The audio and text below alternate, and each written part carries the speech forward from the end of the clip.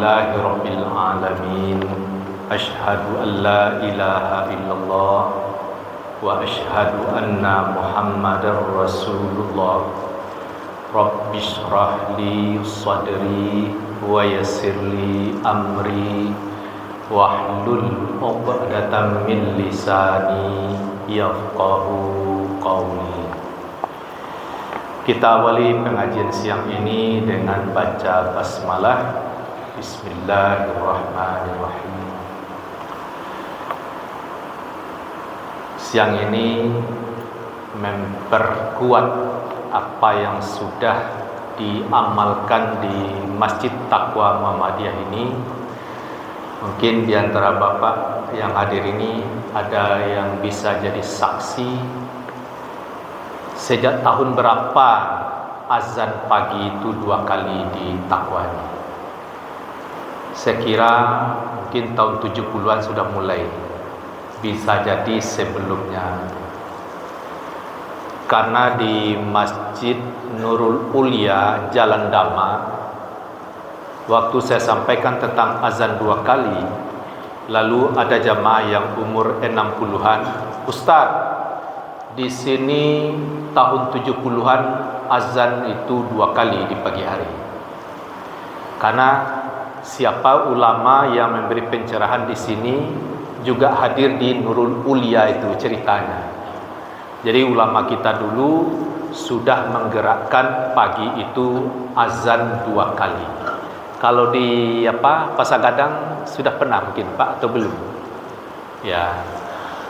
Tapi paling tidak ini saksi sampai sekarang pagi itu azan dikumandangkan 2 kali. Kalau di sini tentu mungkin sejak Buya Darwas ya. Dan itu dijaga siapapun yang tinggal di masjid, siapapun yang bertugas. Alhamdulillah sampai tadi subuh saya kira azan menjelang subuh ada azan pertamanya. Nah, bagaimana kisahnya?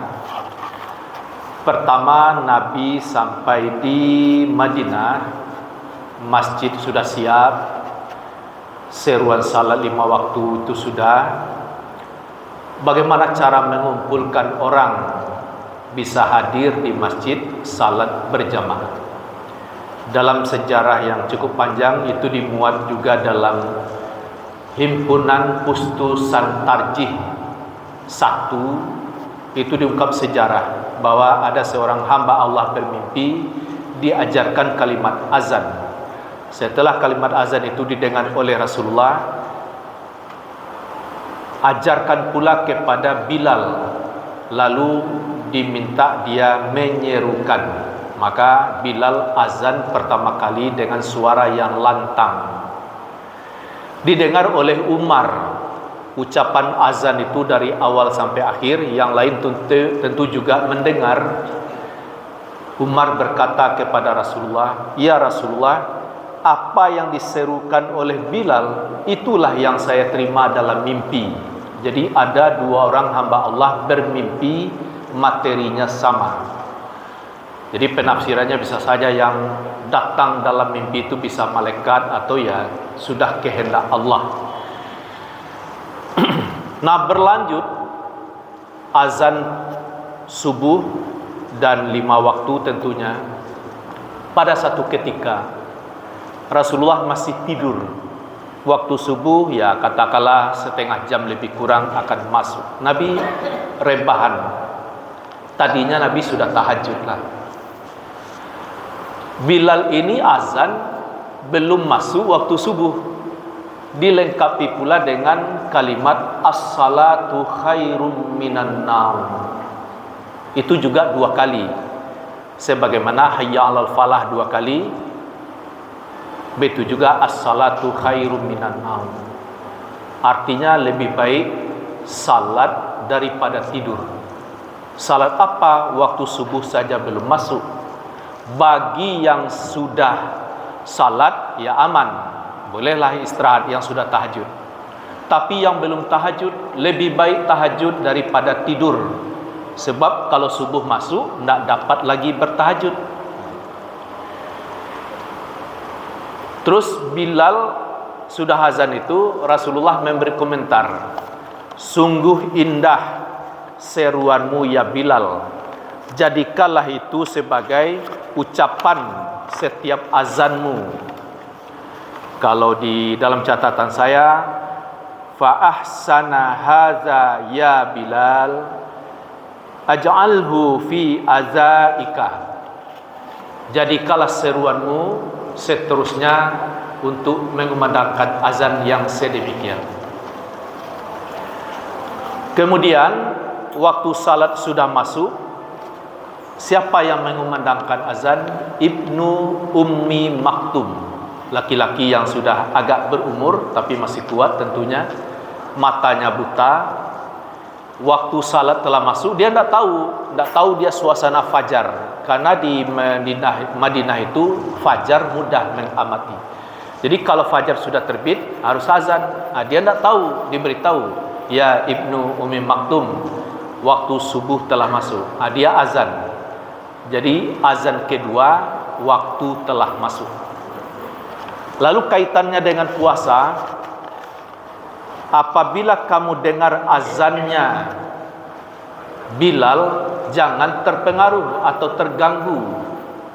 Walaupun jika kamu sedang makan, bersahur, karena Bilal itu azan masih malam. Jadi silakan makan kalau makan belum selesai.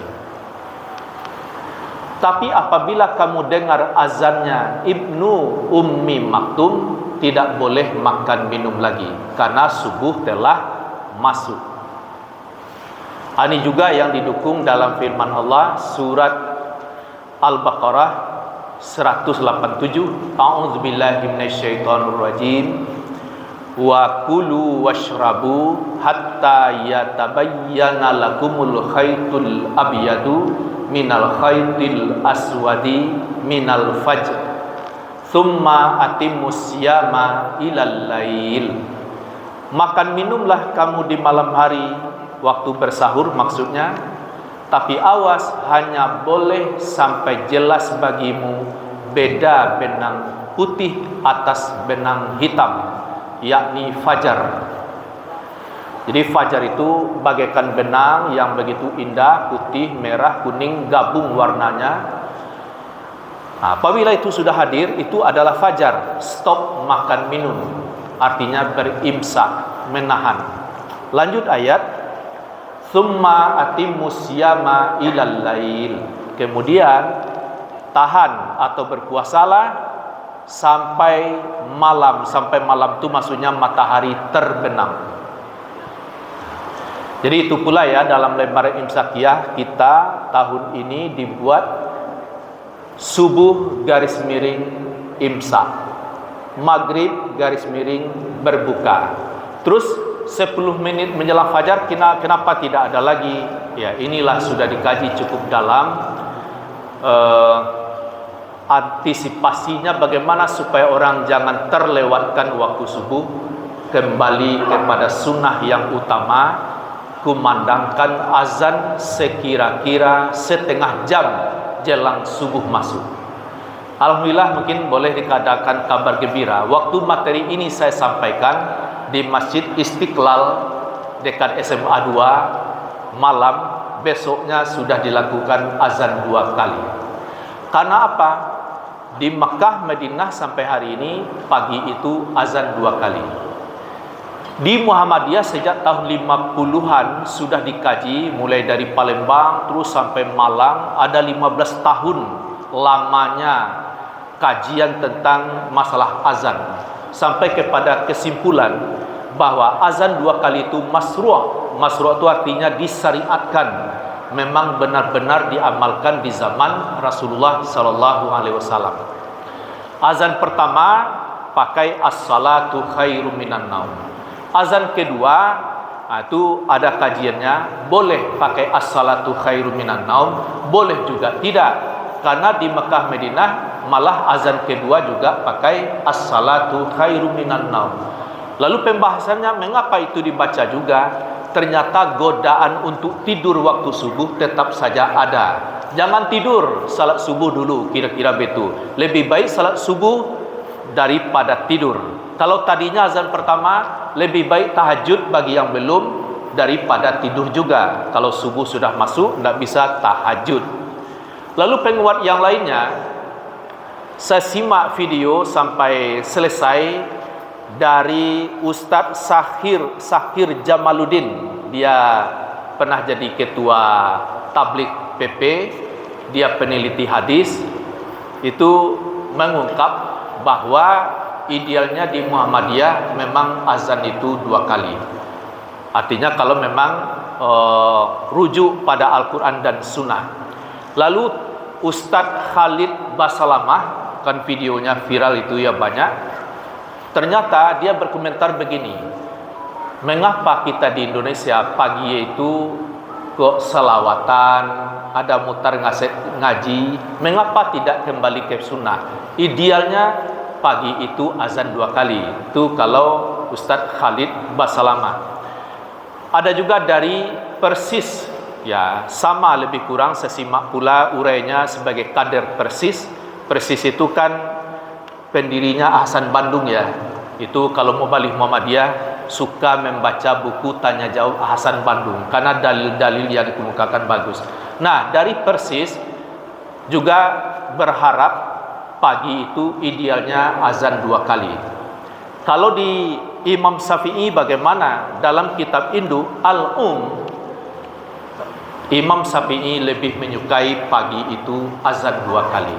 Nah, jadi Bapak Ibu kembali menegaskan materi kita sebelumnya, bagi di komplek masing-masing, jika azan 1 kali pagi itu, ya amalkanlah azan 2 kali. Bagi jamaah dan pengurus yang sudah menunaikan ibadah haji atau umrah menjadi pendukung, ya di Mekah Madinah azan 2 kali, sehingga kalau kuat menguatkan tidak ada masalah. Dalilnya banyak, sejarahnya jelas, tidak ada perbedaan pendapat. Apabila ini diamalkan, diharapkan rahmat dan berkah Allah lebih banyak turun di bumi kita. Saya kira itu Bapak Ibu tentang azan 2 kali hendaklah dieksekusi, jangan dimusyawarahkan. Kalau dimusyawarahkan antara RT, RW, tokoh masyarakat, bayo kedua kali azan, bisa kacau. Tapi bagaimana? Perbanyak dalilnya, bagikan, sampaikan, lalu diamalkan. Saya kira ini lebih strategis. Demikian Bapak Ibu, billahi taufik wal hidayah. Assalamualaikum warahmatullahi wabarakatuh.